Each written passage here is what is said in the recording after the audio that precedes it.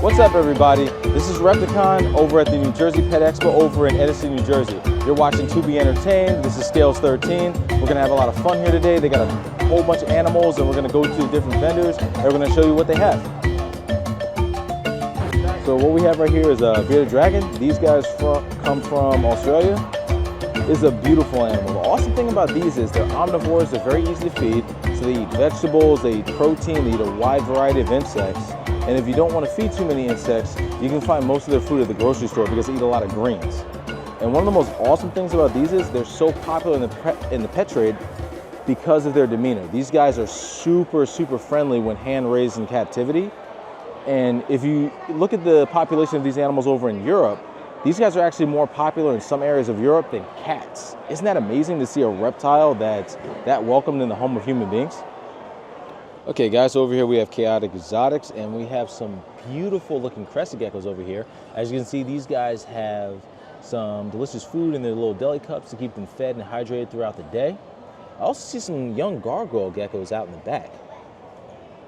Now I'll tell you one thing guys, I've raised crested geckos my whole life, but as far as looks, gargoyle geckos are one of my favorite reptiles because they have that beautiful cement look to them, where they have that light gray with the little spots of red on them.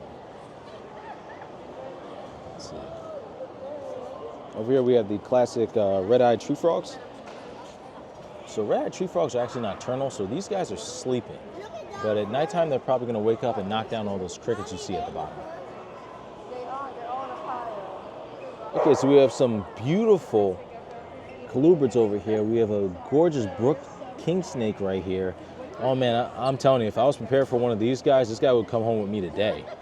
And we also have some awesome milk snakes in the back. We got some Nelson's milk snakes. I think they're both, yeah, albino Nelson's milk snakes. Look how gorgeous these guys are. Look at that contrast between the red bands and the yellow bands. That is absolutely stunning. Over here we have some morphs of some iguanas. Now, of course, these guys are all common green iguanas technically, but we have a red iguana and a blue iguana here. And the only main difference in these animals is the actual coloration because it's a color mode. But as far as species, they're the exact same thing, just coming from different genetic lines. And over here, we got some beautiful bearded dragons. These ones are leatherbacks. Now, the reason they call them leatherbacks, as my guy from Cheech Exotics said earlier, is because they don't have any of those little bumps on their back of the hard scales. So when you don't have any of those little bumps on the back, what you actually see is you see a smooth back, and most of the scales that you actually see protruding out of the animal on the sides of the animal's body, around the abdomen. Have a beautiful carpet python over here in this little green plexiglass enclosure. You also see some Burmese pythons over here. Ooh, look at that sun glow. That animal's beautiful. Awesome, awesome. Then we see a Motley Jungle, Hypo Motley Jungle over here. We see a pastel albino over here. Looks like right here we have some red tails. Ooh, look at this one right here. Look at this Hypo Jungle. That animal's gorgeous. Look at the speckles on it. Absolutely awesome. Ooh, and over here we have some panther chameleons. Ooh, man, that is one pretty panther chameleon. Oh, hi. That is one gorgeous chameleon. Look at that animal. Here I have a beautiful panther chameleon. Now, the only reason this guy isn't super striking in color right now is because he's in shed, but this animal's in awesome condition.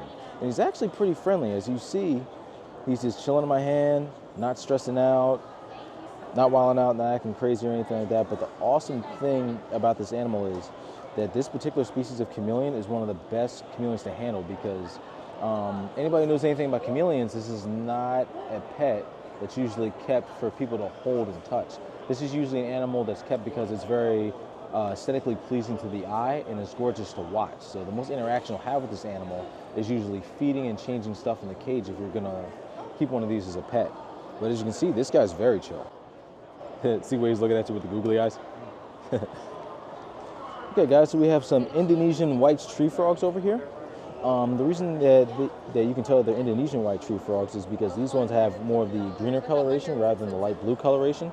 Beautiful animals. They can last 7 to 10 years.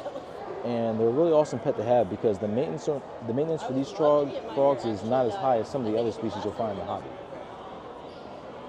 And over here we have Sunfire Exotics. So they have some leopard geckos, they have some green tree pythons, some chameleons, and I think I see some mangrove monitors over there. Those are gorgeous. All right, guys, so as you know, I love monitor lizards, and this is a mangrove monitor. So mostly I deal with some of the species that are a little bit more of the ground-dwelling species like savannas and ackies. These guys are mangrove monitors, so these beautiful animals are more of an arboreal species where you'll find them living in the mangrove swamps. They have beautiful dark coloration with a beautiful yellow speckling to them. And they're actually pretty popular in the hobby. As you can see, this one right here just knocked down a cricket a few minutes ago, and it's actually still swallowing the legs. They're gorgeous, gorgeous animals. Look at the shine on that skin. Actually, I had to catch one of them a little bit ago because he got a hold of them. See which one finds it. See the cricket? Look at that. Boom, got it.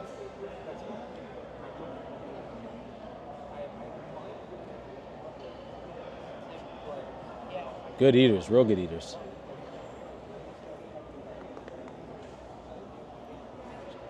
Okay, so over here we also have some beautiful iguanas over here. It looks like we have some reds and some blues yet again. These ones are a little younger. These ones are just a few steps away from a hatchling. Very beautiful animals, very alert. See how they're staring at us? These animals are gorgeous. And over here we also have a pair of red tigers that came in. They're currently in shed, but these animals are nice and alert. As you can see, this one right here is approaching the camera. And these animals are an awesome pet. They're actually getting banned a lot in some of the southern states, only because there's actually some invasive populations down there. But they're actually good pets to have. The only thing you want to make sure, if you're keeping a tegu, is you got to really monitor what's going on with them when it starts getting cold out.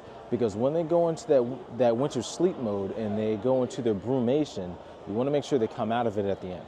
Okay, so we got a lot of surprise here. You got everything from your water bowls to your bedding. You got a bunch of different types of substrate here. This is one of my favorites, the coconut fiber. Holds humidity really well, really good for all of your tropical species. Anything you need anything that requires high humidity. This is a really good substrate to use. Then you got your cocoa husk over here. Forest floor, I love this for my blue-tongued skink. If anybody has a blue-tongued skink, this is the best thing you can buy on the market for them. I know it's hard to find this in the UK, but in the US, this is the standard. You got your aspen bedding right here. Always been an industry standard for the majority of us are keeping small colubrids, which are the small milk snakes, garter snakes, things of that nature that want like a drier climate. There are a bunch of little hides here, everything from Zilla to Zoomed. Zoomed's very popular, and a lot of these are very naturalistic looking. So if you're trying to make a beautiful enclosure where it can be a centerpiece in your room, let's say in your living room or your family room, this is the way to go because everything's gonna look really beautiful. So over here you got some stuff that you would use for lizards or tree frogs. You have, of course, you have your drippers. There's a dripping system. So for those of you who don't know, animals like chameleons won't actually drink out of a bowl because they can't see standing water.